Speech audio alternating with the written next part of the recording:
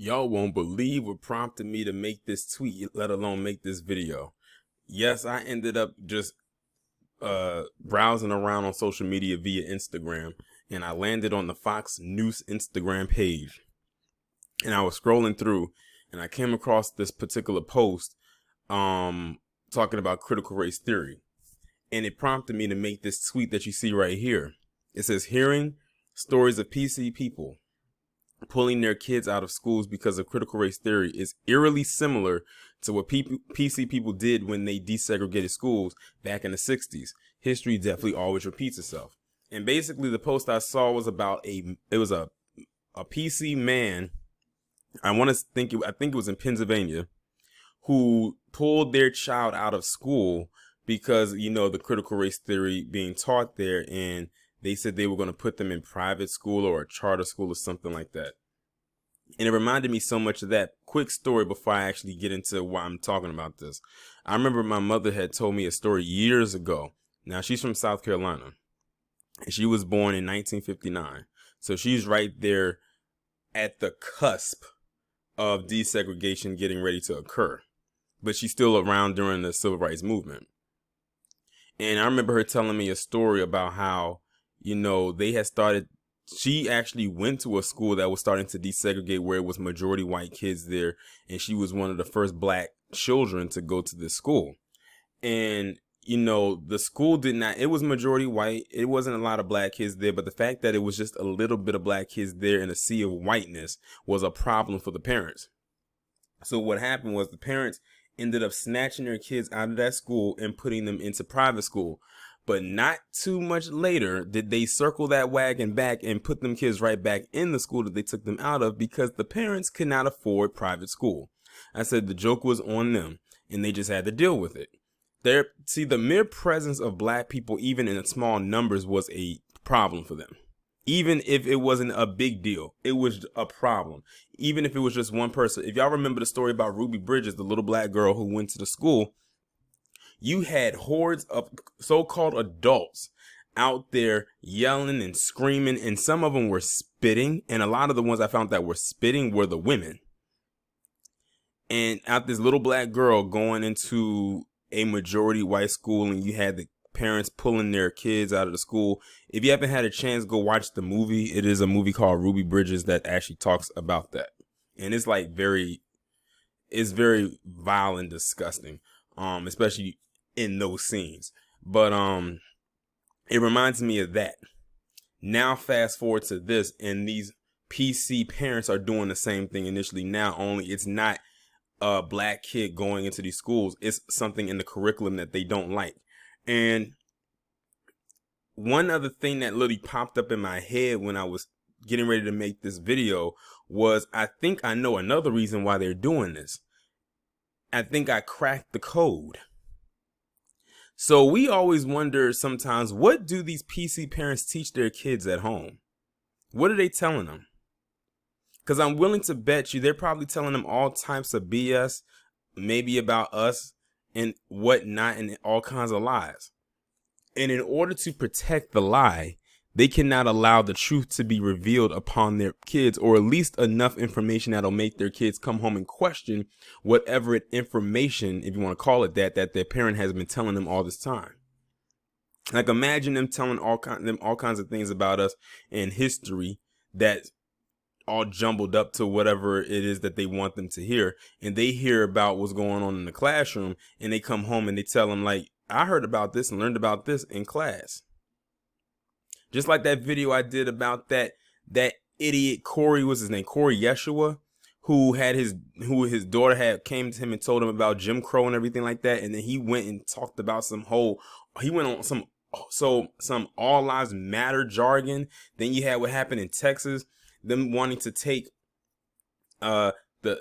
penalize a teacher if they dare talk about Dub S in schools. See what it is? It's like we're forced to learn their history. And even then with their history, they be lying. Like, you got to be one ignorant person to lie about history so much that you lie about your own history to make yourselves look good. Because they've even done dirt to each other in history to the point where now they got to cover up the dirt they do to each other to make themselves still look good. So if they'll cover if they'll cover up their dirt that they do to each other, you know they'll cover up the dirt they've done to us. And this is how they do it. But they'll let that Asian teacher in New York teach about kids rubbing on themselves and masturbation and pornography literacy. They'll allow that. But if you dare talk about this, or, you know, the true history of America, like the true deep rooted and even the dark part history of America, that's off limits. And like I said, in order to protect the lie that these parents are telling their kids, they have to remove them from whatever truth is about to smack them across the head. Now, I was reading some comments that I got in reply to this, but one that I saw that stuck out to me was this one. A shout out to Trill, Texas for what they posted. They said, we had to sit through years of Dub-S fables and lies in school, yet they have a year or two of the truth and they have a full-blown mayonnaise meltdown. So true. That is so very true. Like, we have to learn about their history because it's a part of the curriculum. It's a requirement, and we never question it. We just do it. A lot of us know it's a bunch of BS, but we just deal with it because we know we're going to find out the truth outside of the classroom anyway. But they don't want their kids to know the real about what's going on because, like I said, it's going to expose them for the lies they've told their kids. Then they feel like, oh, they've gone and undone all the engineering that I've done and instilled into my child. It's a cycle. That's how they keep it going. And the thing is, we live in the age of the internet, in the age of technology, the information age, to be technical.